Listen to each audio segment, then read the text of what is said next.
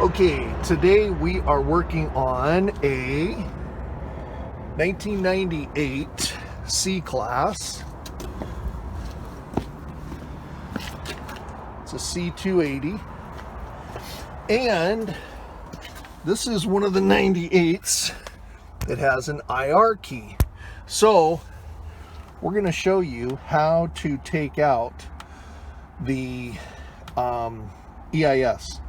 First thing we're going to do is, underneath there are some Phillips screws, and behind the brake release there's going to be a Phillips screw, and there's also, it's hard to see, but there's a hole, kind of hard to see without any, but you can see that big hole in the bottom of the knee bolster. We go up in there and there's either a Phillips or an 8mm bolt that we're going to take out. So let's get started. Okay, on the passenger side of the driver's side well, you're going to find this. This is a heater vent cover, and that little Phillips plastic screwdriver, it only goes a quarter of a turn or maybe a half a turn, and then it actually can pop out. But a couple of things I just wanted to say. Okay, I know this is tough seeing under here, but you've got 1, 2, 3 screws along the front of this cover, and then you're going to have further back by the hood release, you're going to have another one, and then above the gas pedal further back, I know it's hard to see, but there's another one. So now that we've got all that done, we're going to lower this down, and I'm actually going to take this apart a little bit so that I can pull it out and show you where the screws are. Okay, that's kind of cool. I actually got the light to work. This little plastic piece, it's kind of funny because we hardly ever see these. Usually this panel has been out. Okay, so when you're looking at the panel, there's 1, 2, 3, and then you can see right there that slot that is next to the hood opening cable, and then over on this side there's the OBD2 plug, and right behind it there's another screw. So, and just so you know, those screws actually go into, once we get this bolster off, we'll show you what those go into. Okay, I'm sure this isn't the best video, but if you can see, I've got an 8mm, and there's a hole in the bottom of the bolster, and you can see the screw that comes out of there. If you don't take that out, you're going to screw up everything. Trust me on this one. Don't ask me how I know.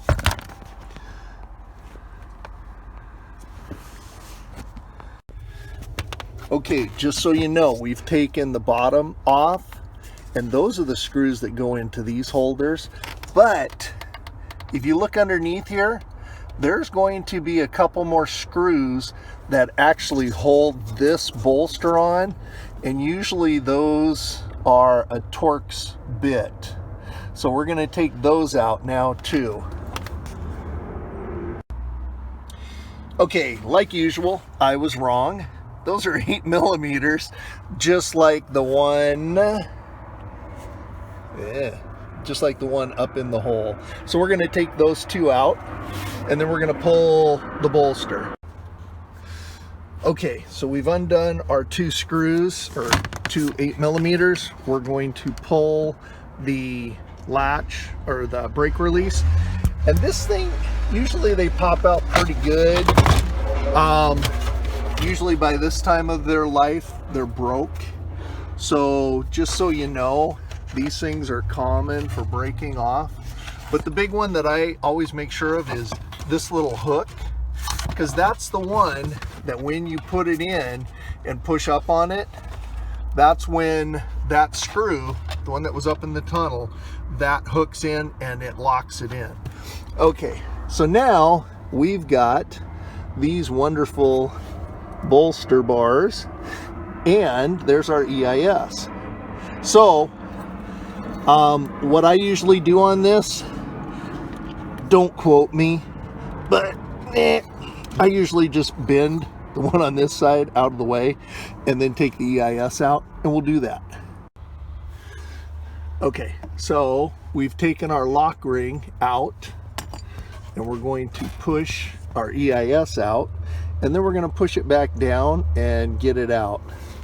I'd love to show you, but you know what? It's kind of hard to hold and do it at the same time. So I'll just push it back, fold it down, and then I'll make a quick video.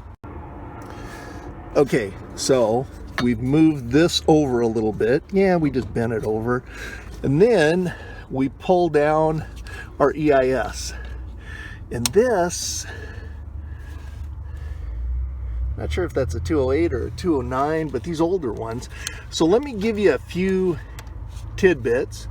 When you're taking the transmission shifter interlock out, you just squeeze these two tangs on the back, and then the rest of the plugs come out.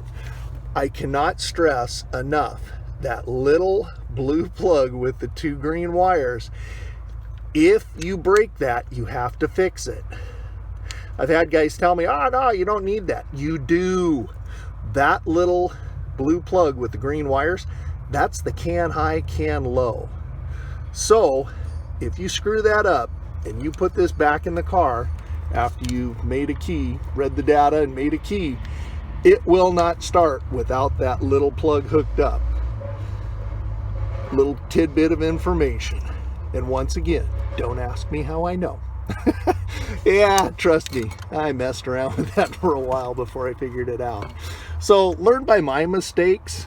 Don't make the same ones. So we're going to take this out and we'll show you it in a minute.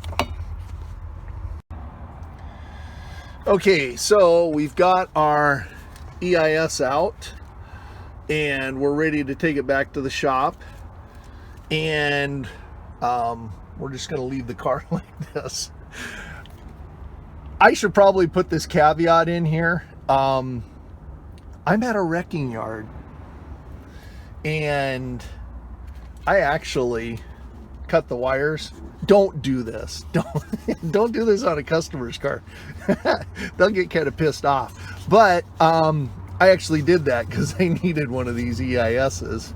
It is a 208, which is basically the same thing as a 209. So we're going to take this back to the shop, and we're going to make another video on how to pull the password and data from this. So stay tuned for the next video. Okay, so we've got our EIS out. Let's say that, just for the heck of it, you decided that you're going to do this in the car. That you have decided that you're a glutton for punishment. Well, if you look on the steering column, you're going to find this, which is an old steering lock. And what you want to do is go up here on top of it and there we go.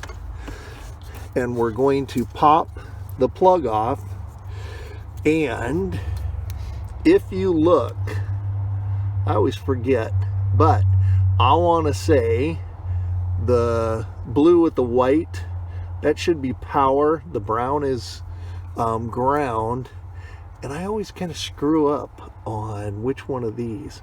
I want to say it's the second one in that has a green stripe on it that we hook up our K7 to, but I always try it to that one, and if that doesn't work, I move it over one.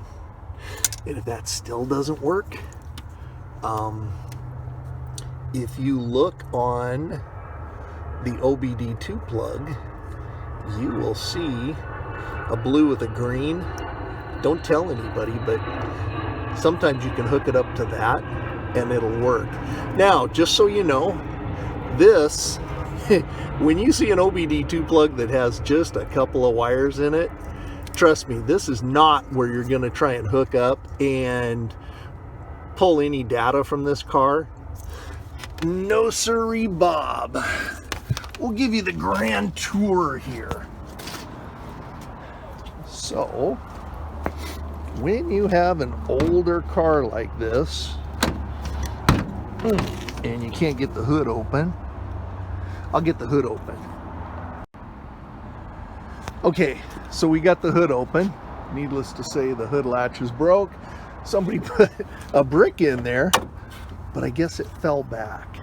Okay, so on these older cars, when you want to read any data, you have to pop this plug and switch over to the 38 pin. You're not gonna read much on the OBD2 plug. It just isn't going to give you any data. All the data comes from the 38. Okay, well, it was actually snowing here a minute ago, and what can I say? I'm tired, cold, time to go. Okay, I usually don't plug anybody or anything or any tool. Well, maybe a Britus, because I do like it. But I just figured I would throw this in here. This is the wrecking yard that I go to and get most of my parts. All those simulators and stuff, they all came from here. So I figured I'd throw in a plug for them. They're really good guys.